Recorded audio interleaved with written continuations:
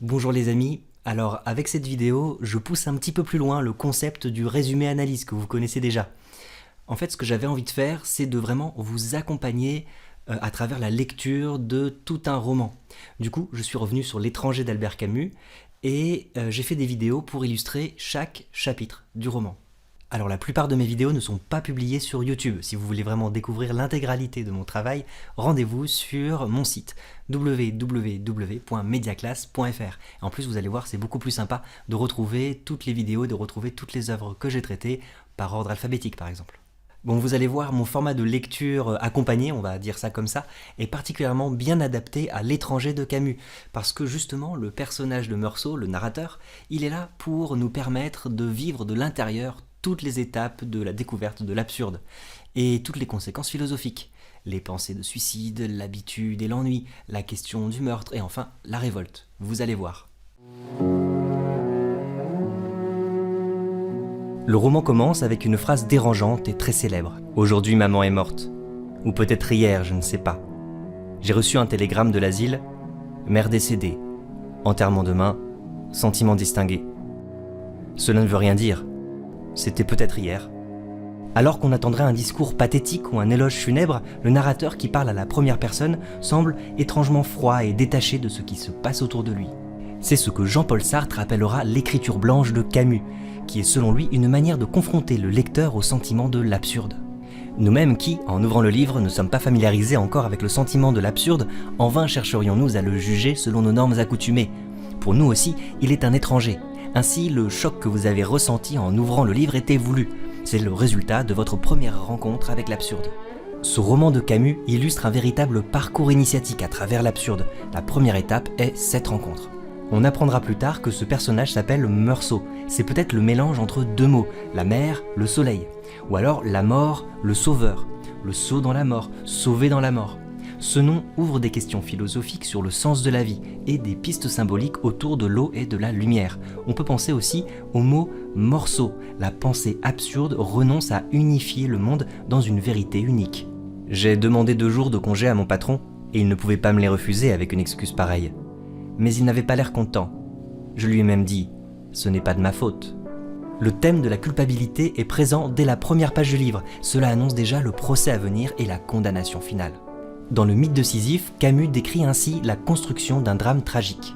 Dans une œuvre tragique, le destin se fait toujours mieux sentir sous les visages de la logique et du naturel. Tout l'effort du drame est de montrer le système logique qui, de déduction en déduction, va consommer le malheur du héros. Ensuite, Meursault mange au restaurant chez son ami Céleste et il retrouve un certain Emmanuel qui lui prête une cravate noire. Puis il court pour attraper l'autobus qui l'amène à Marengo. C'est là que se trouve l'asile de vieillards où sa mère a terminé sa vie. Tout de suite, Meursault rencontre le directeur. « Vous savez, elle avait des amis, des gens de son âge. Elle pouvait partager avec eux des intérêts qui sont d'un autre temps. Vous êtes jeune et elle devait s'ennuyer avec vous. » C'était vrai. Quand elle était à la maison, maman passait son temps à me suivre des yeux en silence. Dans les premiers jours où elle était à l'asile, elle pleurait souvent. Mais c'était à cause de l'habitude. Au bout de quelques mois, elle aurait pleuré si on l'avait retirée de l'asile. Toujours à cause de l'habitude. Dans le mythe de Sisyphe, l'habitude est à la fois ce qui nous rattache à la vie et ce qui la vide de son sens. Vivre naturellement n'est jamais facile. On continue à faire les gestes que l'existence commande, pour beaucoup de raisons dont la première est l'habitude. Mourir volontairement suppose qu'on a reconnu, même instinctivement, le caractère dérisoire de cette habitude, l'absence de toute raison profonde de vivre, le caractère insensé de cette agitation quotidienne et l'inutilité de la souffrance. Le directeur laisse ensuite Meursault dans la salle de la veillée mortuaire. C'est là qu'il rencontre le concierge. « On l'a couverte, mais je dois dévisser la bière pour que vous puissiez la voir. Vous ne voulez pas ?» J'ai répondu non. Il s'est interrompu et j'étais gêné parce que je sentais que je n'aurais pas dû dire cela. « Je comprends. » Au moment de sortir, le concierge fait remarquer que l'infirmière arabe a le nez détruit par une maladie. À la hauteur du nez, le bandeau était plat. On ne voyait que la blancheur du bandeau dans son visage. Le visage de cette infirmière arabe qui surgit à la place du visage qu'il refuse de voir, le visage de sa mère, semble déjà accuser Meursault d'enterrer sa mère avec un cœur criminel. Tout au long du roman, les effets de miroir mettent Meursault en face de son destin. Le nez, c'est aussi un symbole de perception. Cette mutilation est peut-être un symbole de perte à relier avec la mort de la mère. Chez Meursault, bien souvent, les perceptions remplacent les émotions. Le concierge raconte qu'il vient de Paris. C'est lui, en quelque sorte, l'étranger dans ce pays. Il propose à Meursault une tasse de café au lait. Meursault lui donne une cigarette et ils fument ensemble. Ensuite, la veillée commence. C'est à ce moment que les amis de maman sont entrés. Je me suis aperçu qu'ils étaient tous assis en face de moi à dodeliner de la tête, autour du concierge. J'ai eu un moment l'impression qu'ils étaient là pour me juger. Le lendemain commence le convoi funèbre. Le directeur autorise un des pensionnaires, un certain Thomas Pérez, à suivre le convoi. Vous comprenez, c'est un sentiment un peu puéril, mais lui et votre mère ne se quittaient guère. À l'asile, on les plaisantait, on disait à Pérez « c'est votre fiancé ». Lui riait, ça leur faisait plaisir. Et le fait est que la mort de Madame Meursault l'a beaucoup affecté. Thomas Pérez, c'est l'amoureux que la mère de Meursault s'est choisi à la fin de sa vie. Il va représenter la relation amoureuse socialement acceptée, qui sera sans cesse mise à mal par l'absurdité du monde, pour ainsi dire, distancée par la réalité de la mort. Nous nous sommes mis en marche. C'est à ce moment que je me suis aperçu que Pérez claudiquait légèrement. La voiture, peu à peu, prenait de la vitesse, et le vieillard perdait du terrain. Comme le dit Camus dans le mythe de Sisyphe, nous n'appelons amour ce qui nous lie à certains êtres que par référence à une façon de voir collective et dont les livres et les légendes sont responsables.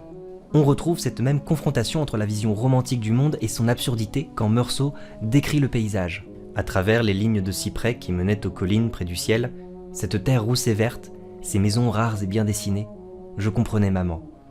Le soir dans ce pays devait être comme une trêve mélancolique. Aujourd'hui, le soleil débordant qui faisait tressaillir le paysage le rendait inhumain et déprimant. La fraîcheur, le soir, sont du côté du sens, la chaleur du côté de l'absurdité. Ce paysage brutalement déshumanisé par le soleil illustre bien le sentiment de l'absurde tel que Camus le décrit dans le mythe de Sisyphe. Entrevoir à quel point une pierre est étrangère, avec quelle intensité la nature peut nous nier, au fond de toute beauté gît quelque chose d'inhumain, et ces collines, la douceur du ciel, ces dessins d'arbres, voici qu'à la minute même, ils perdent le sens illusoire dont nous les revêtions, désormais plus lointain qu'un paradis perdu. Pendant la marche, un employé des pompes funèbres demande à Meursault l'âge de sa mère, mais il ne sait pas répondre. Puis il parle avec l'infirmière en chef. Si on va doucement, on risque une insolation. Mais si on va trop vite, on est en transpiration, et dans l'église, on attrape un chaud et froid. Elle avait raison, il n'y avait pas d'issue. Cette marche sous le soleil, derrière le cercueil, emprunte beaucoup au mythe de Sisyphe qui roule son rocher. On ne nous dit rien sur Sisyphe aux enfers. Les mythes sont faits pour que l'imagination les anime. Pour celui-ci, on voit seulement tout l'effort d'un corps tendu pour soulever l'énorme pierre, la rouler et l'aider à gravir une pente 100 fois recommencée. À travers l'action du soleil, l'absurdité dépouille le monde de toute émotion. Même la tristesse du vieux Thomas Pérez est vidée de son sens par cette longue marche. J'ai encore gardé quelques images de cette journée.